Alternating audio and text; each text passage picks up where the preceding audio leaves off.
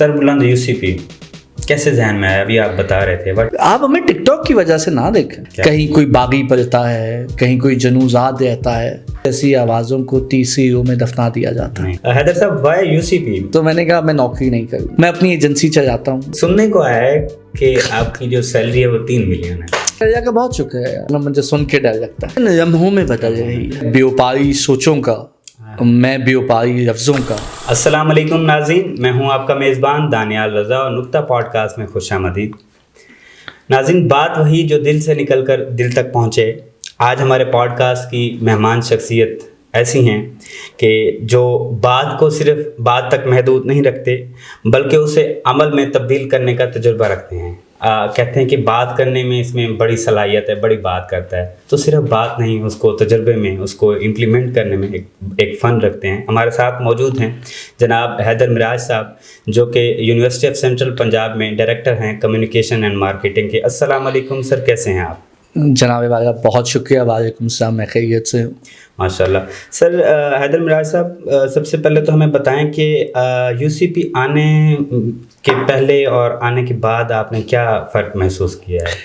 पहले जो आप बेदागियात की बात कर रहे थे, तो मैं बेवपारी सोचों का, मैं बेवपारी लफ्ज़ों का, इन सोचों और लफ्ज़ों को मैं बेच के रोटी खाता हूँ। क्या कहें? तो मतलब मेरी ज़िंदगी ज़्यादातर बेदागियात के गिर्द रही है और मुझे लगता है कि बात कहना बहुत अहम है। जैसे जॉन कहता ना, एक ही अलमिया तो है और वो ये कि आज तक बात नहीं कही गई, बात नहीं सुनी गई। उसकी उम्मीद नाज का हमसे ये मान था कि आप उम्र गुजार दीजिए, उम्र गुजार दी गई।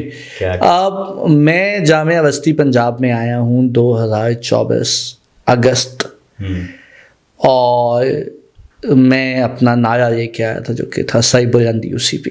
क्या कहेंगे? क्योंकि मुझे लगता है कि कोई भी इदारा इमारतों, ईंटों, पत्थरों से नहीं बनता।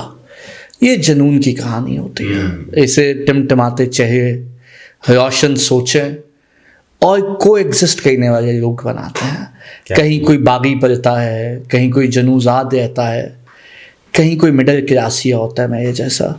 तमाम लोग मिलके एक इदारा बनाते हैं और यूसीपी एक बहुत खूबसूरत और एक बहुत मज़ा हुआ इदारा था। उसकी शनाख्त की वजह कुछ और ही थी।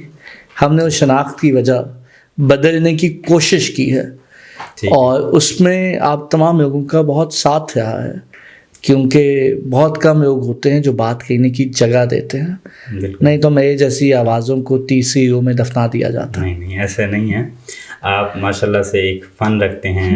आप जैसे कहते हैं ना कि बात वही जो दिल से निकल कर दिल तक पहुँचे, तो आप जो बात करते हैं वो आपके दिल से निकल कर दूसरों के दिल तक पहुँचती है। वो पहुँचाने का जो फ़न है ना, वो आप में है। तो ऐसे बंदे बहुत कीमती होते हैं। हैदर साहब, वाई यूसीपी? आपने अभी थोड़ा सा इसके बारे में बताया है, मैं इसको मज़ीद डिटेल में जानना चाहूँगा। आपका 11 साल से ज़्यादा एक्सपीरियंस है।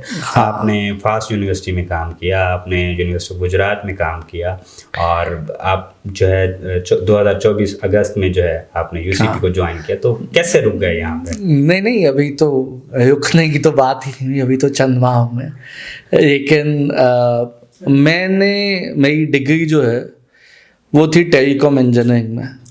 और इंजीनियरिंग मैंने इसलिए की थी कि मेरी वालिदा को कैंसर था, तो उन्होंने जाते जाते मुझे कहा कि पुत्र प्यो नूं तंग ना करी, जे वे राजी हो, वे मुझे राजी कहीं। और तब इंजीनियर का ही एक कॉन्सेप्ट था कि आदमी इंजीनियर बन जाए तो उसकी ज़िंदगी बन जाती है। बिल्कुल ऐसा। और हम मज़ाफ़ात से आए हुए लोगों का मियाँ मसला रिस्क का होता है, मोहब्बत का नहीं। तो मैं अपनी वालिदा के ख्वाहिश पे मैंने इंजीनियरिंग शुरू की।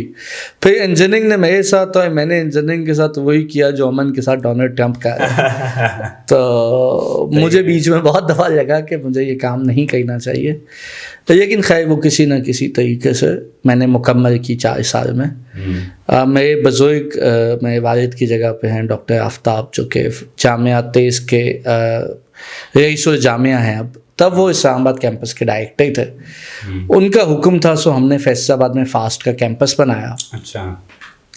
2 साल मैंने वहाँ पे चीज़ों को देखा अपने तई marketing, communication, branding, publicity, student affairs. उसके बाद मैं इंग्लिस्तान आला तालीम के लिए चला गया। आप सोचे मैं जैसा आदमी रायपुर से इंग्लिस्तान गया होगा तो क्या ही हुआ होगा। तो खैर वो कह के मैं 2015 में वापस आया तो मैंने जामिया गुजरात को as adviser to vice chancellor join किया। वहाँ भी स्टूडेंट अफेयर्स को मैं देखता था और उसके साथ साथ मैं इंक्यूबेशन सेंटर को देखता था।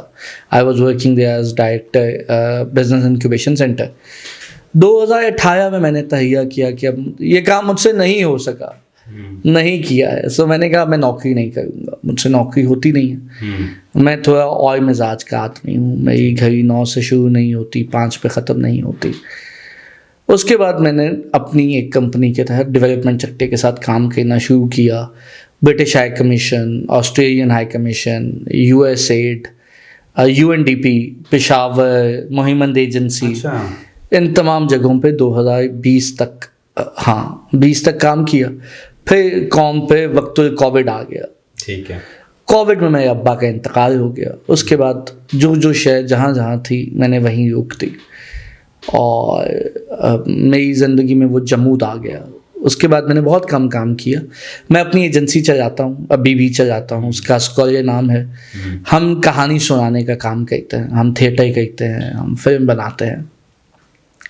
हमने 21-22 में भी मैंने UNDP के साथ काम किया और UN वुमेन के साथ थिएटर किया। ये तमाम काम करते करते 2024 में फिर मुझे कहा गया कि आप जामिया बस्ती पंजाब में आ जाएं और मैंने फिर इसको एज एन एजेंसी ज्वाइन किया। और यहाँ पे फिर रिवायत और थी, मैं अपने आप को ढाल रहा हूँ। यहाँ पे चीज़ें मुख्तलिफ तरीके से हो पाती हैं, पर मुझे लगता है कि ये जो दरिया बह है इसमें कुछ पानी हमारा भी होना चाहिए। क्या कहने बात। तो हम अपने तई मेहनत कर रहे हैं। बिल्कुल ऐसे वो जैसे आप बता रहे थे ना जॉन साहब का शेर, तो इसी तरह से उनकी कोई लाइनें हैं कि अगर मुझे अपने दिल से निकालना हो तो खरोच के निकालना, ज़रा सा भी रह गया तो बहुत याद आऊँगा। तो आपका सीन वही है ना? हम बिल्कुल ऐसे ही उतरते हैं। वही बात कर रहा हूँ।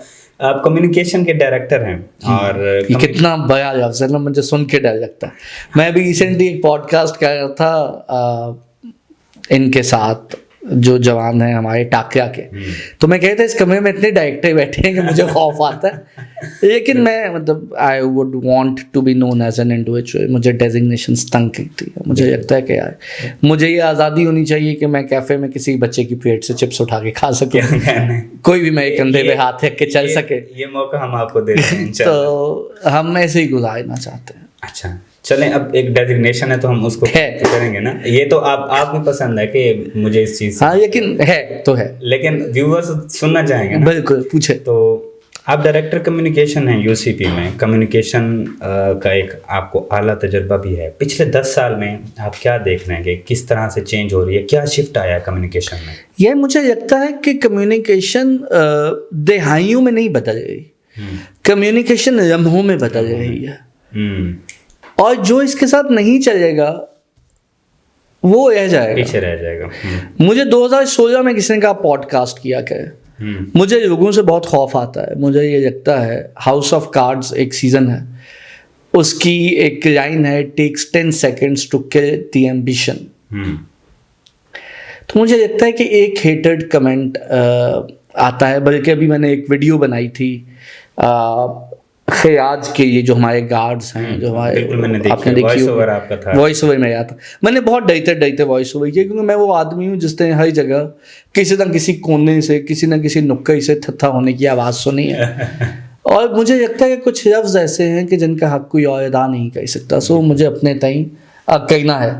उस पर 2-1 कमेंट ऐसे आए जिसमें कहा गया कि आए ये तो कुछ चीज़ें आपके साथ रुक जाती हैं, रह जाती हैं। मैं I take things very personally, मतलब मेरा थोड़ा सा हिसासियत का मामला है। कहने वाले चले जाते हैं, हमारी कई आते हैं उसमें गुजर जाती हैं। तो अब इख्तियार लोगों के उंगलियों में आ गया है। ये जो कीवर्ड वॉरियर्स है ना, ये पहले ब्यागियात होती थी कि बादशाह वक्त का हुक्म होता था और वो हर जगह सुनाया जाता था। अब ऐसा नहीं है। अब आपको लोगों की बात सुननी है। बिल्कुल ऐसे। अब आपको उन्हें बात करने देनी है। अब वो बात करेंगे तो बात होगी। मैं जितनी दफ़ा मर्जी जाके कहूँ कि जामिया बस्ती पंजाब कितनी अच्छी है, जब तक बच्चा नहीं कहेगा ये बात बाहर नहीं निकलेगी। ये यूनिवर्सिटी बच्चों की एक्टिविटीज़ पे ही चलेगी। इसका कल्चर आप लोग बनाएंगे तो बनेगा, कल्चर एक इंडिविजुअल नहीं बनाता। तो अब कम्युनिकेशन बहुत हद तक डिजिटल मीडिया पे आ गई है, ये इससे भी आगे निकलेगी। ये वो दो टांगों वाला जानवर है जो बहुत तेज भाग गया है, इसकी लगाम किसी के हाथ में नहीं है। अभी आप देखेंगे एक वक्त आएगा जिसमें लोगों को लगेगा कि वो बटनों वाला फ़ोन होना ज़्यादा लग्जरी है, क्योंकि ये इंफॉर्मेशन की बॉम्बार्डमेंट की दुनिया है।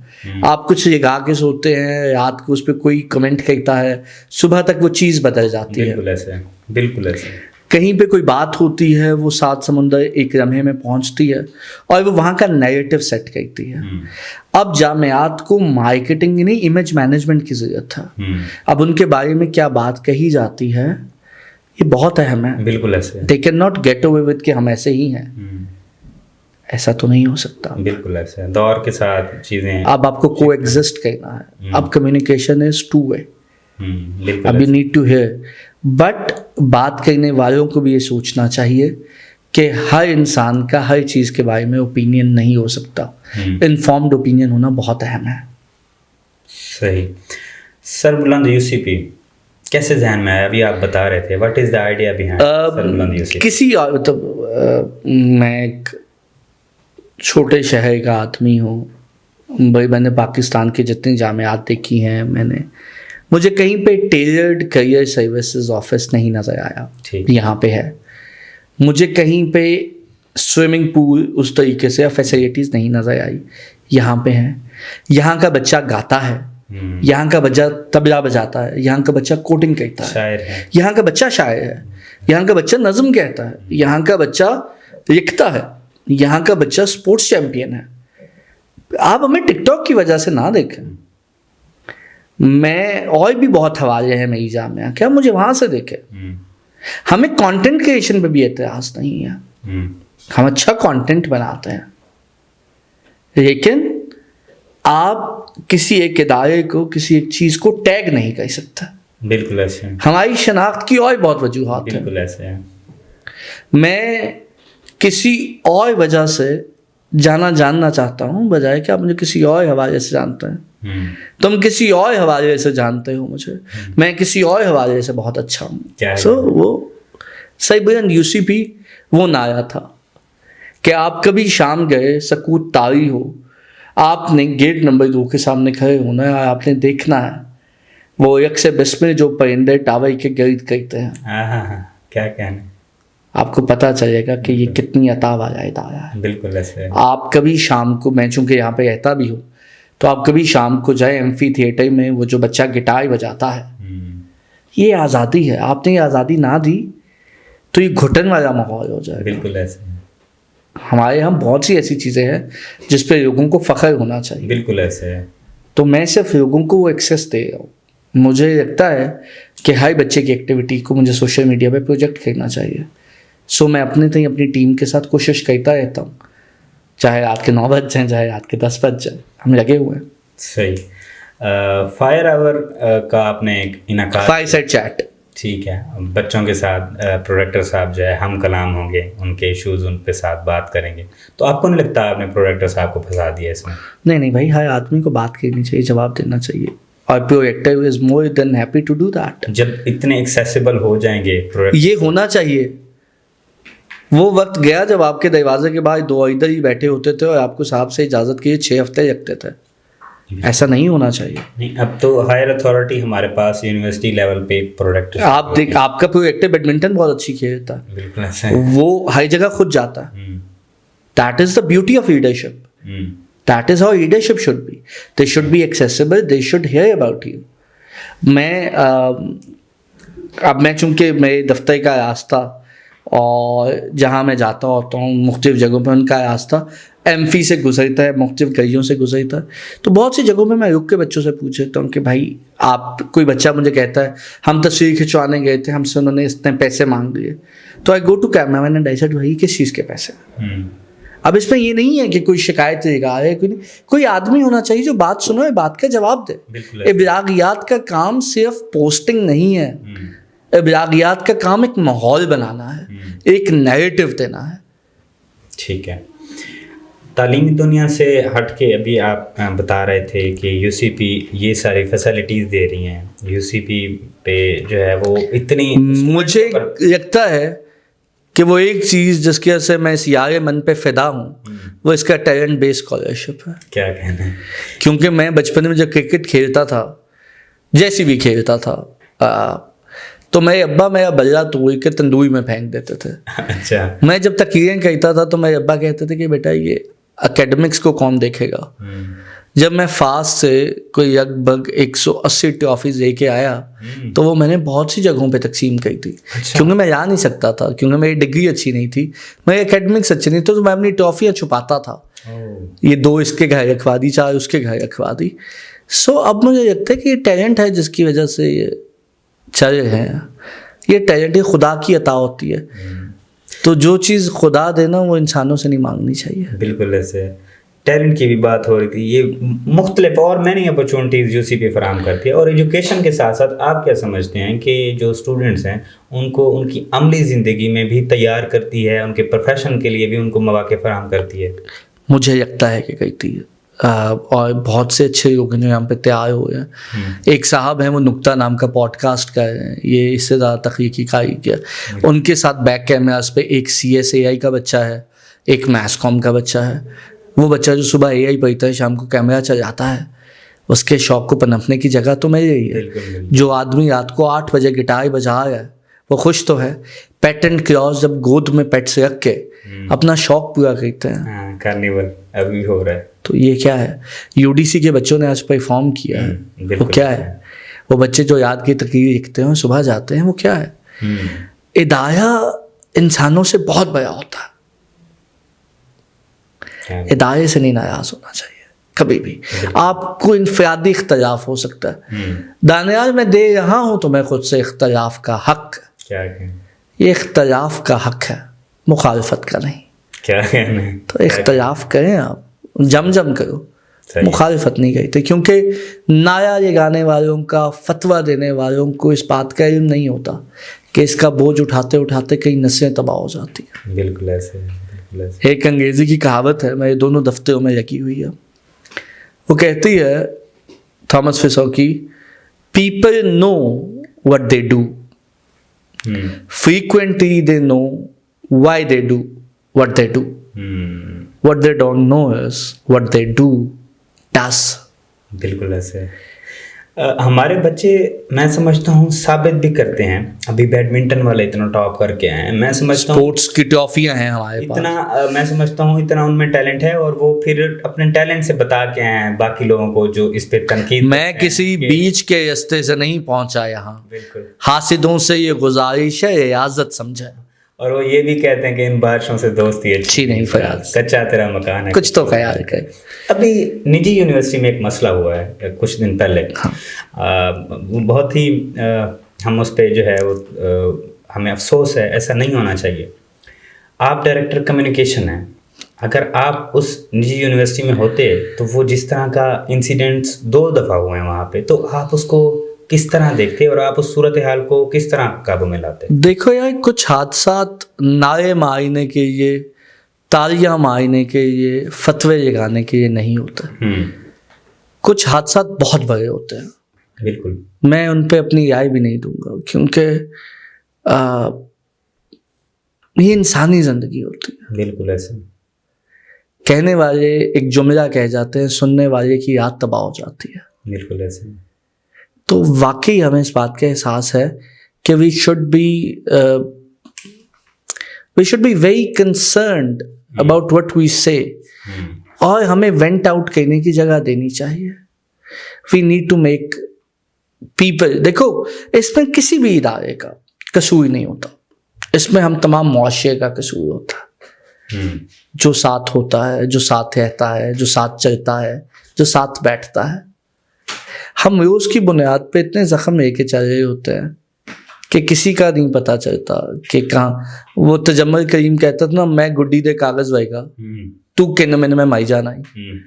तो वो वाली बात है, we all need to provide safe spaces. हमें लोगों को बात करने की इजाज़त देनी चाहिए, उन्हें सुनना चाहिए। हमारे यहाँ अलमिया ये है कि जब कोई आदमी ओपन अप होता है तो हम उसको टैग कर देते हैं, हम उसे स्टीरियोटाइप कर देते हैं।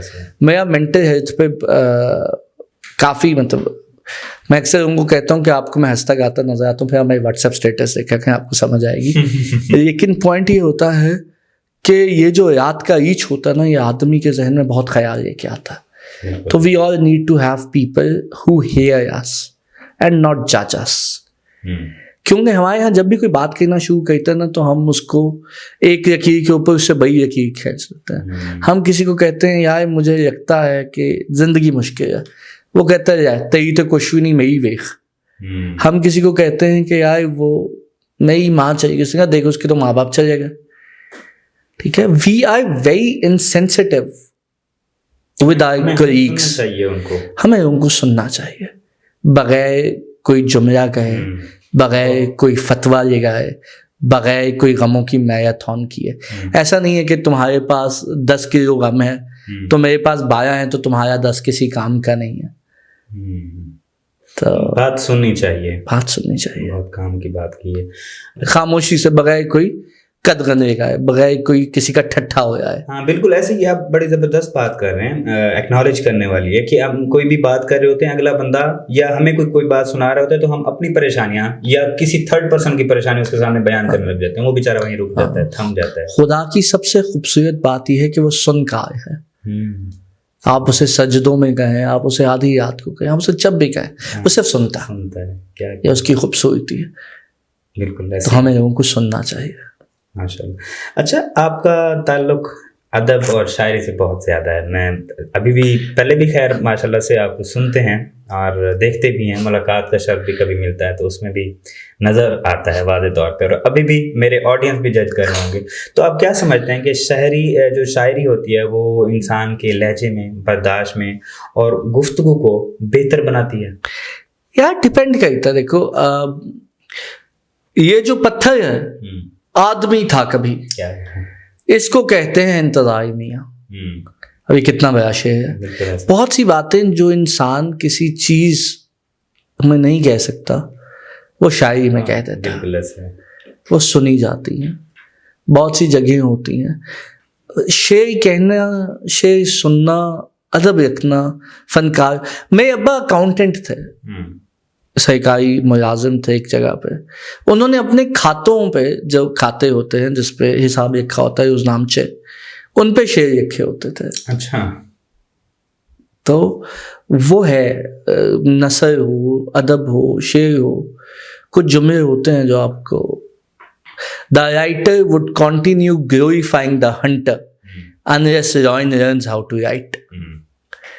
यानी कि शिकारी जो है वो पूरी, लेखक जो है वो शिकारी को पूरी जिंदगी ग्लोरीफाई करेगा जब तक शेर अपने अंदर की कहानी नहीं सुनाएगा। तो मुझे लगता है कि शायरी हो, अदब हो, अदब की कोई भी शक्ल हो, फनकार किसी भी रंग का हो, वो बारीक होता है। अपने आप को किसी एक शेर में, मैं नहीं, अगर मेरे व्यूअर ख्वाहिश रखते हो कि आप बयान करें तो वो कौन सा शेर होगा? बिछड़ने वालों ने आपस में दोस्ती करी, ये मोहब्बत में पहली बार कुछ नया हुआ है। क्या कहना है, क्या कहना है? थोड़ा सा इसको मैं चाहूंगा कि थोड़ा सा इसको एलैबोरेट करें। ऐसा तो ही होता है। मैं तो पहुंच जाऊंगा, बेचारे सोचने वाले बैठ ना जाएंगे यार ये क्या कह गए थे हैदर साहब। नहीं भाई, मुझे यार देखो, part of my life revolves around mental health and grief. और मतलब 2006 में मेरी वालिदा का इंतकाल हुआ कैंसर से। 2020 में मेरे अब्बा कोविड से चले गए। फिर और मसाइल हुए। तो अब मुझे ये लगता है कि इंसान जो है ना वो गमों से गुजरता हुआ, चीज़ों से गुजरता हुआ वह, जिसमें उसका कोई नहीं होता सिवाय उसके रब के, और जिसका रब होता है उसका सब होता है। बट मेरी ज़िंदगी में यही ख्वाहिश है कि मैं लोगों के लिए आसानियाँ करता जाऊँ। ये मतलब बहुत दफ़ा ये होता है कि मैं सख्त बात कही तो फिर मैं शाम गए लोगों से माफ़ी मांगता हूँ, मुझे नहीं कहना चाहिए था, क्योंकि लोगों को पता नहीं है कि उनके लफ्ज़ों का वज़न क्या है। बात कहना बहुत आसान होता है, उसका वज़न सहना बहुत मुश्किल होता है। बिल्कुल, वो जैसे आप पहले बता रहे थे कि बात तो कही जाती है, उसमें हमारे कितने हाँ, गुजरती हैं, तो वो है। अच्छा, आप यूसीपी का सर फखर से बुलंद करने में पेश नजर आते हैं। यूसीपी के सारे मामलात को आप टैकल करते हैं हर जगह आपने, सिर्फ इब्राहियात के, ठीक है, सिर्फ इब्राहियात के हवाले से। तो सुनने को आया है कि आपकी जो सैलरी है वो 3 मिलियन है, क्या दुरुस्त है? अब भाई ऐसा नहीं है। अच्छा, और ये आपने जहाँ से सुने उनसे कहे पैसे भी पूरे कहीं के थे। चलें, लेकिन अल्लाह का कितने पैसे उन्होंने ज्यादा कहे ये बता दें। लेकिन अल्लाह का बहुत शुक्र है यार। मुझे लगता है कि रिस्क का मसला जो है ना, ये इंसान का उसके रब का है। अल्लाह की अता है, अल्लाह जितना दे देता है। मैं चूंकि अपनी एजेंसी चला रहा हूँ, हम अपना काम भी कर रहे होते हैं, इधर उधर भी काम कर रहे होते हैं। सो मुझे ज़िंदगी में कभी रिस्क का मसला नहीं था। तब भी नहीं था जब 2008 में मैंने किसी को ट्यूशन पढ़ाने से अपने करियर की इब्तदा की, और अब भी नहीं है ज़िंदगी में। God has been kind. वैसे मेरी बेगम कहती जब से मैं आई हूँ आपकी ज़िंदगी में आप अमीर हो गए, तो आप पैसे दिया के मैं शॉपिंग किया। आप क्या समझते हैं? तो ये होती है बरकत यार, ये बड़ा अच्छा। मैं अभी एक फेस्टिवल करवा रहा था, अब कई बात तो खैर ताबिश साहब रहे थे, मैं सहूलियत का आई था इश्काबाद का, तो उधर सज्जाद जानी आया हुआ था। तो सज्जाद जानी से किसने ये सवाल किया कि यार ये जो औरत कहती है कि कामयाब मर्द के पीछे एक औरत का आता है, तो उसने कहा जगह कमाया होता है वो कितने जावे। बट मुझे ये लगता है कि रिस्क मर्द के नसीब, औरत के नसीब का होता है, आज़ाद मर्द के नसीब की होती है। और हर आदमी का फेथ मुख्तलिफ चीज़ों पर होता है, बट मुझे लगता है कि ये उस जहाँ ज़ात के नाम का आता है, बस उसे चाहिए कि ध्यान से खर्च किया। चलिए, तो अब देखेंगे हमारे व्यूअर्स, उनकी फैमिलीज भी, तो फिर उसके ऊपर ही हम देखेंगे। हैदर साहब, फेलियर, नाकामी को आप किस तरह से देखते हैं? आप जो चीज़ें आप मुझे बता रहे हैं, कभी भी कोई भी आम शख्स जो गुजरते हुए ये जो 2 मिनट ऐसे बैठ जाए विदाउट कन्वर्सेशन नहीं समझ पाएगा कि हैदर मिराज कौन था। और यह बहुत मामूली आदमी था, बहुत मामूली। मैं मुतमईन हूँ कि मुझे याद रखेगी दुनिया जब इस शहर की तारीख़ वफा लिखेगी। क्या कहना, मेरा मातम इसी चुपचाप फिजा में होगा, मेरा नोहा इन्हीं गलियों की हवा लिखेगी।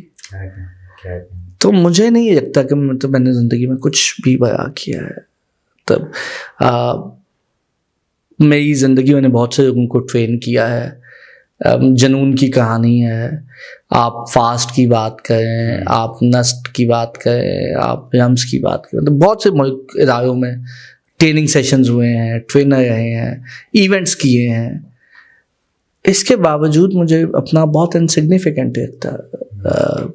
मुझे अब भी जाके तैयब से पूछना है कि भाई हमने रात को क्या खाना, तो मेरी औकात इतने फैसले की भी नहीं है कि हमने रात को क्या खाना। और मुझे लगता है कि महरूमी, गिरिया और गम आपको विरासत में मिलता है। तो ऐसा नहीं है कि God has not been kind, God has been very kind. लेकिन मेरा ख्याल है कि अब मुझे कौन हरा सकता है, तो मेरे दिल का आखिरी डर था। तो जब बाप भी चला गया, माँ भी चली गई, अब औलाद में भी एक आधी दफ़ा हाथ हो गया, तो फिर अब सोना जिम्मे रखे। लेकिन ये मुझे पता है, मियाँ मोहम्मद बख्श साहब कहते होते हैं, रिश्तेदार की जोई मोहम्मद नट जाना या होना, तो मैं अपने से ताकतवर से रिया ही नहीं कर सकता। सो याजी बायाजा, हमना हुसैन याजी याद आ गई, बट याजी बायाजा जैसे रखे। फेलियर को अब जो मैं ऑब्जर्व कर रहा हूँ, आप फेलियर समझते नहीं हैं। नहीं आया होता है फेलियर बहुत सिग्निफिकेंट होता है। आपने ख्याल सोचा, आपने उसको कागज़ पे उतारा, आपने एक इवेंट कंसीव किया, आपने एक पॉडकास्ट कंसीव किया, वो वैसा नहीं हो सका, तो आप हार गए। आपने एक बात किसी से कही, वो बात वैसे समझी नहीं गई, आप हार गए। मैं बहुत से कॉन्सेप्ट्स आप जब क्यूरेट कर रहे हो तो वैसे नहीं निकलते, बिल्कुल ऐसे, तो अब हार गए। लेकिन आदमी को बहुत सी रातें हमें ऐसा लगता है कि सुबह जाना काम पे बहुत मुश्किल होगा, सुबह उठ के काम पे आना बहुत मुश्किल होता है। कभी आपकी एनर्जी सियासत की नज़र हो जाती है, कभी आपको पता भी नहीं होता आपके बारे में शहर मदफून में क्या क्या आवाज़ें चल रही होती हैं। आपने कभी किसी को कुछ कहा नहीं होता, वो आपके बारे में किराए कायम करके बैठे होते हैं।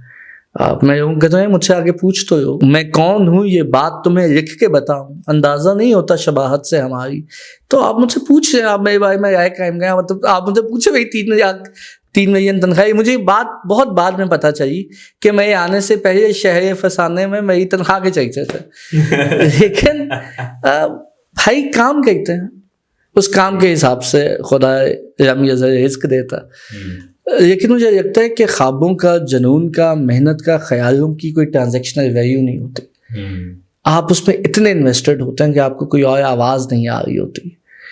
मतलब मेरा एक हफ्ते में कोई लगभग 700 किलोमीटर का सफ़र है और ये 1.5 साल से है। मैं ये भूल गया हूँ कि घर का बेड कौन सा है, यूसीबी का बेड कौन सा है, शादिया शरीफ का बेड कौन सा है। तो दीज आर ऑल द, मैं हमेशा ये कहता हूँ कि मैं 2010-11 में होता था तो मैं कहता था यार कितनी अच्छी ज़िंदगी है जिसमें लोग सुबह एक शहर होते हैं, शाम एक शहर होते हैं। फिर मैंने वो ज़िंदगी गुजारी, फिर मुझे लगता था यार ये जो होता है सुबह इस मुल्क में, शाम को इस मुल्क में है, वो तजुर्बा किया। फिर अब मुझे लगता है कि नहीं आए आदमी 12 बजे अपने काम पे जाए 6 बजे आए, बेगम के साथ एक आधा सीजन देखे, 2 घंटे खाए, बस। Happy is the only rich. हम जिस चीज के पीछे भाग रहे हैं कल को किसी को याद भी नहीं होगा। हाँ बिल्कुल ऐसा। तमाशा शुरू हुआ किसे याद है, दायरे बने किसे याद है। Give a one message for media and communication student। और बड़ी बेसब्री से मुझे लगता है अगर कोई इस तरह के बच्चे देख रहे हो तो वो उनको मैसेज का बी काइंड टू अदर्स। लोगों से बात करिए के बजाय कि आप कीबोर्ड से उनकी तबीयत साफ करते। लोगों पे हंसना, ठट्ठा हो जाना बहुत आसान है। लोगों की रियाजत देखें, वो कहाँ से उठ के आ रहे हैं। मैं उन माँ बाप के गोडों को हाथ यही कहना चाहता हूँ, अपने बच्चों को शौक का काम करने दें, ये घर खुश आएंगे। इनके अंदर का फनकार मर गया तो ये पूरी जिंदगी आपको जिम्मेदार ठहराएंगे। यूसीपी को मुस्तकबिल में कहाँ देख रहे हैं आप? हम हों कल खेल में, हम हो ना हो गर्दिश में तारे रहेंगे सदा। दिस इंस्टीट्यूट, मतलब मुझे एक चीज़ बहुत अट्रैक्ट करती है, वो ये है कि आप यूसीपी का, पंजाब ग्रुप का, इनके एम्बेयर में देखेंगे तो इसमें इल्हामी किताबें हैं और अल्लाह बना हुआ है। तो इल्हाम को जवाल नहीं होता। नीयत नेक, मंज़िल आसान। बिल्कुल ऐसे है। कितने घरों के बच्चे हैं जो इन सिस्टमों में चल रहे हैं, एक इंडिविजुअल आदमी के इख्तिलाफ पे, एक इनफरादी इंसान की आय पे, एक इदारे बहुत बड़े होते हैं। तो I am very sure doctor Hamad, deans, director, provost, everyone is doing an amazing job. ये लोग सारा दिन सही रात आप उनके ये काम कर रहे होते हैं। बिल्कुल ऐसे है। अपनी ज़ात से बेलॉस किसी वजह से लगे हुए ना यार। They make it worth sleeping at night. They are doing the efforts. बहुत बहुत शुक्रिया, thank you so much for coming. जी तो नाज़रीन, आप सुन रहे हैं, हमारे साथ मौजूद हैं हैदर मिराज साहब, और इनकी गुफ्तगू ने ये साबित किया कि इदारे जो है वो इमारत से नहीं बल्कि सोच से बनते हैं, और यूसीपी भी इसी तरह इसी सोच के साथ इंशाल्लाह आगे बढ़ती रहेगी। और आखिर में मैं एक छोटी सी लाइन बोलना चाहूँगा, ये जो इल्म का चिराग जलता है, ये जो इल्म का चिराग जलता है, इसी से कौमें सर बुलंद होती हैं। थैंक यू सो मच, बहुत शुक्रिया नाज़रीन। इंशाल्लाह मिलते हैं नेक्स्ट पॉडकास्ट में। फिल वक्त के लिए अल्लाह हाफिज़, अल्लाह निगहबान।